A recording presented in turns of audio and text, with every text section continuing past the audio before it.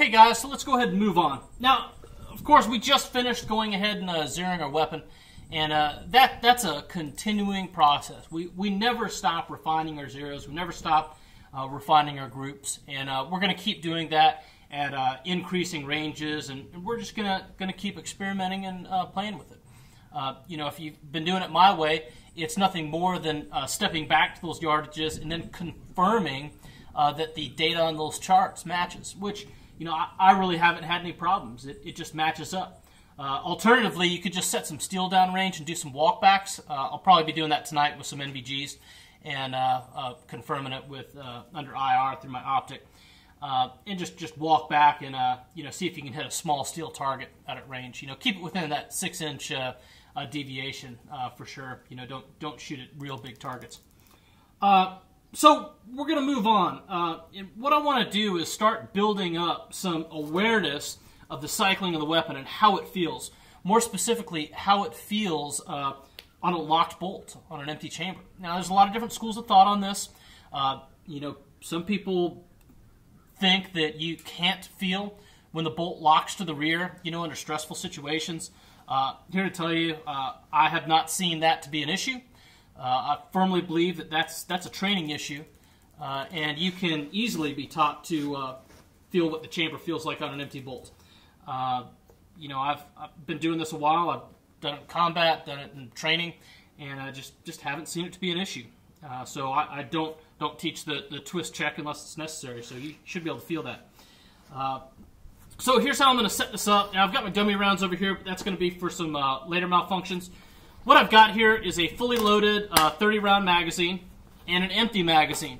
Okay, so what we're actually going to be doing is we are going to be working our reloads, but we're going to do it from a nice, safe, prone position. Now, of course, we can just graduate it up to the standing position, but that's a lot more things to deal with. Right now, we're having to worry about what our weight distribution is, what our you know, stance is. Are we aggressive enough? Holding the weapon unsupported. This is the intro series. This is for beginners, so we're going to keep this nice and safe. We're going to stay on our nice forward supported position. I'm in the prone. Okay, the prone's a very, very safe position to be in when you're doing this. You know, you're not as liable to move around and start flagging people in the range. So this is what I'm going to be working in right here to demonstrate for this intro series. So to set this up, what I'm going to do is I'm going to go ahead and take you know, 1 or 2 rounds. Let's do 2 rounds. If you're short ammunition, you could just do 1 round, but I've got 2. So I've taken 2 rounds from my 30-round magazine, which is now 28, and I placed them in my empty magazine. So my empty magazine now has 2 rounds. Now, of course, I'm gaming this. I know in 2 rounds that this bolt's going to lock to the rear, but that's the point of this. I want to feel the difference between the cycling of the weapon when it's firing and the cycling when it's dry. Okay, in my experience, you know, when I was teaching shooting schools overseas in the Middle East, you know, right at about the 10th to 13th mag for reflexive fire in 1 day's training is when guys would really start to pick up and get smooth, recognizing when the bolt was locked to the rear. And that was done without checking the chamber. So can be done. What we're going to do is we're just going to save some ammunition. We're just going to do that on 1 magazine here. I'm going to be reacting to all this nice and slow, and we'll talk through it. Of course, the first thing that I'm going to do here is do a 3-point safety check. So I'm going to take out my chamber flag, tuck it in here into my handy molly loops. Chamber, source of feed, bolt face. Good to go. Then I'm going to go ahead and take my 2-round magazine, insert it, dust cover. Now, what I've got downrange, I've got some steel targets just so I have something to aim at, and hopefully if this contour camera is working here, you'll be able to see that. It's always good to have something nice to aim at. Now, steel's nice in this kind of situation because I don't have to go downrange to check to make sure I hit it. Now, hopefully you'll see from the contour, I have a small popper and a BCC zone. I'm going to be trying to work that small popper to give me something nice and small to aim at, right? Because that's really going to make me work my sight picture, and that's what I want to do. And you'll see me swapping back and forth between using the 3-by and non-3-by. Just whatever works best for you. It's no big deal. The whole point of this isn't to turn this into a huge marksmanship event, although we do want to work our sights. It's to build muscle memory and awareness for the cycling of the weapons. That's the important part. So, I've got this magazine ready to go, and what I'm going to do is I'm going to transfer it over to my non-firing side, so it's ready. I'm not going to be doing any draws off the belt, although eventually you could build into that, but right now let's just keep it simple, keep it safe, and I'm just going to place it right up here. So, I'm going to go ahead and roll the weapon in, and I'm going to go non-magnified here. There we go. Alright, so, same thing as before. This isn't a speed drill. You're not going to impress anybody by shooting quickly and missing the target, right? Impress people by hitting the target every time. So let's take our time, do everything right. Now, of course, as you do this natural point of aim drill more and more, you're going to build muscle memory into what your body feels like when it gets into the proper position. So you're going to notice you're going to have to do less and less correction the more you do this, or your corrections are going to get smaller. Okay, so let's go ahead and start this.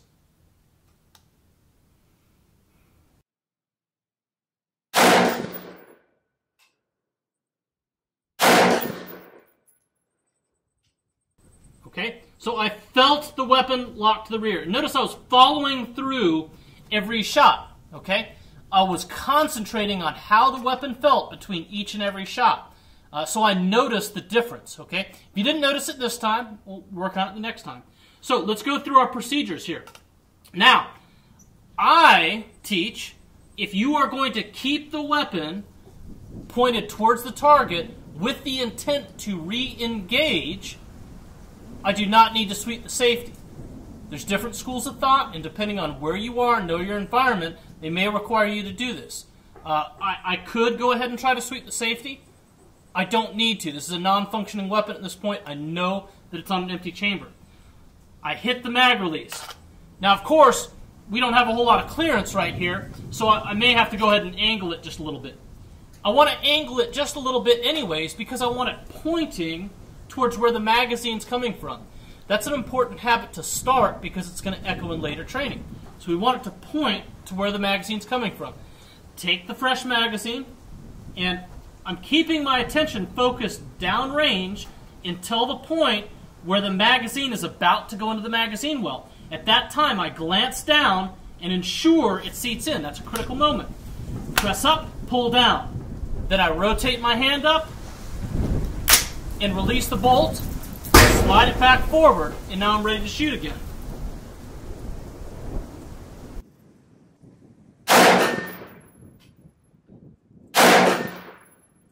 Two rounds, let's finger off. Now place it on safe, and let's go ahead and eject the magazine. Now, I've still got one round chambered, right? We're doing two-shot drills. So I need to take how many rounds out of this now? One, that's right. So let's take one round, place that magazine right back down, one round in, push, pull. So now I've got 2 rounds. Let's do it again.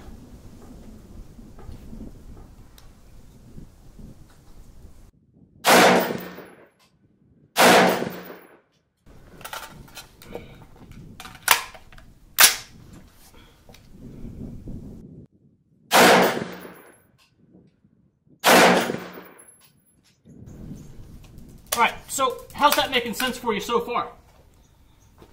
Easy, right? All we're doing is we're just building awareness with our weapon. That's it. There's nothing more to it.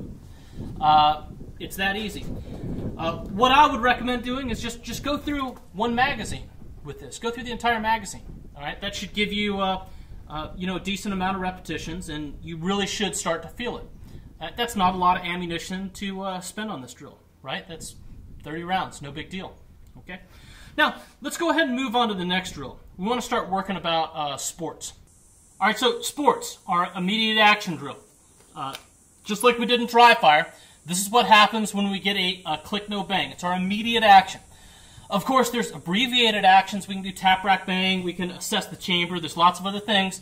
I throw those into the more advanced category, which I may or may not do. what we're going to do is we're going to focus on immediate and remedial action. Why? Because they work. They work at night, and they work when you're tired, you're cold, you know, you're dirty. It just works. It's a set of drills that is going to help you troubleshoot through the weapon system. So that's what we're going to do. So we've got our ammunition here, still from our last drill. I do have 1 round chambered here. So, and I've got 1 round unloaded. I'm going to take my full magazine and just place it off to the side. Well, we're not going to be needing that, so I'll just set it right here. And I'm going to take 1 dummy round. Okay? Now I'm going to place in the dummy round.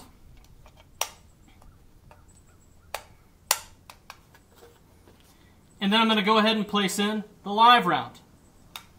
Actually, let's go ahead and take this out, and we'll do this in the full magazine. That'll make a bit more sense. So, taking the full magazine, dummy round, and live round. There we go. And now I'm just going to go ahead and do a push-pull. Okay, so it's locked. Dust cover's closed. Now, I'm going to go ahead and do my control pair. Once again, I got my steel down range. And I'll talk through the actions here again.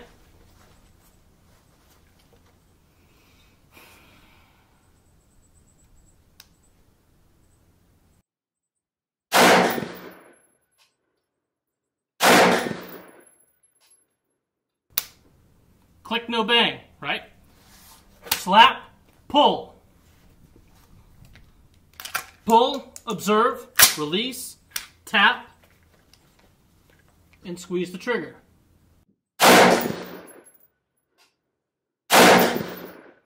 We follow that up with 2 shots. So let's sweep the safety, remove the magazine, and let's set it up again. So to set that up again, I'm just going to go ahead and strip around. Place the dummy round in. Live round in. So that's giving me the 2 and 2. So we're just focusing on control pairs.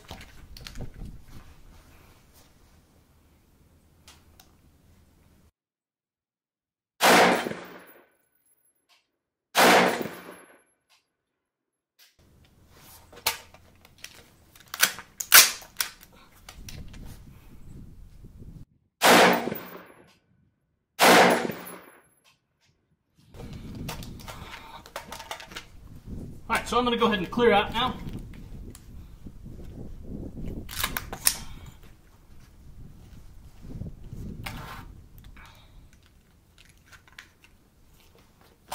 Alright, so there we have sports. It's pretty simple, guys. There's not a whole lot to it. You know, are there some steps you could cut through? Sure. But what this is, it's just guaranteed problem solving to get whatever's going on here fixed. For the majority of the malfunctions you're going to have with this weapon system, sports is going to fix it. Of course, we could just give our magazine a tap pull and rack the bolt and call it good. But you know, we're just going to rotate through this tried, you know, and proven technique, you know, that it's been in the Army for quite some time, and you know, it's there because it works. And just get it going. Now, what we want to go ahead and set up is our remedial action. Remember? So what's going to happen here is we're gonna do sports, okay, and that's not going to fix the problem. Now, of course, as an advanced task, there are times during the sports procedure where we may switch to remedial action. Okay, that can happen, but we're going to cover that later. We don't want to complicate things. We'll keep it simple for now. So here's how we're going to set this up. I'm going to strip out 2 rounds, okay, because I want to have a control pair here. And then what I'm going to do is I'm going to take 2 dummy rounds, right, because I want to get 2 malfunctions, correct? And then I'm going to place those 2 dummy rounds in. And then I'm going to place 2 rounds on top of it.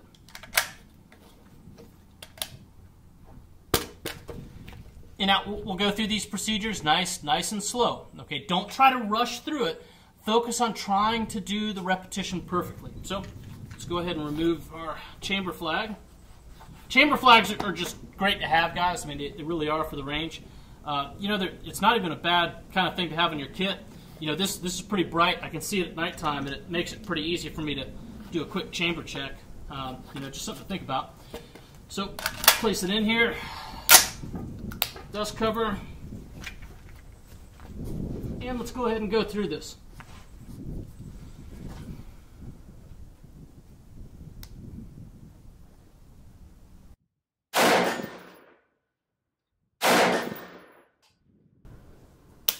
Click, no bang. Push, pull.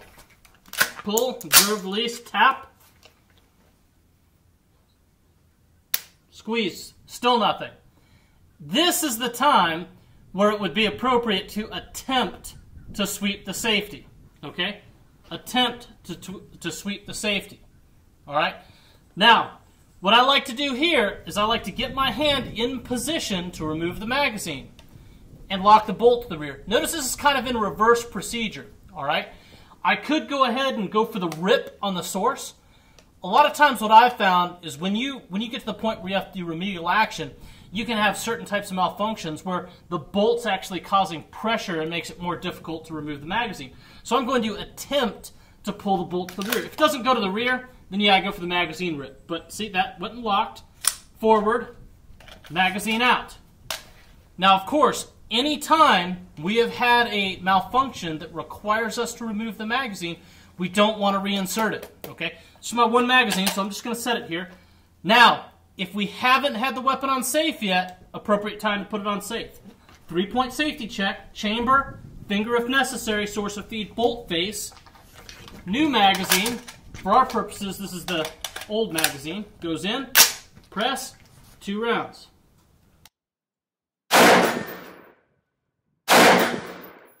Safe. Pretty easy, right, guys? Yeah, of course, I could have another magazine out here to do this, but for right now, I'm just keeping it simple. And I've just got 2 magazines out here. If I wanted to bomb this back up, yeah, I could. But just remember, when you're actually doing this, just don't reinsert a bad magazine. But just keep the drill simple, no big deal. 1 round's chambered, I strip 1. 2 dummy rounds, go in. And let's go through this one more time. So again, I got 2 live, 2 dummy, rest are live. Goes back up.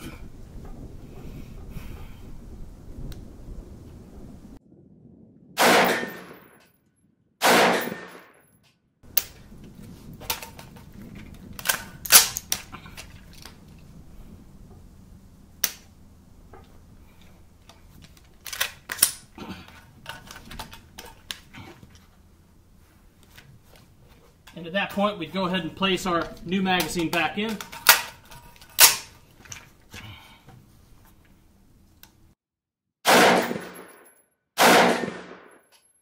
Safe. Now I'm going to go ahead and clear up.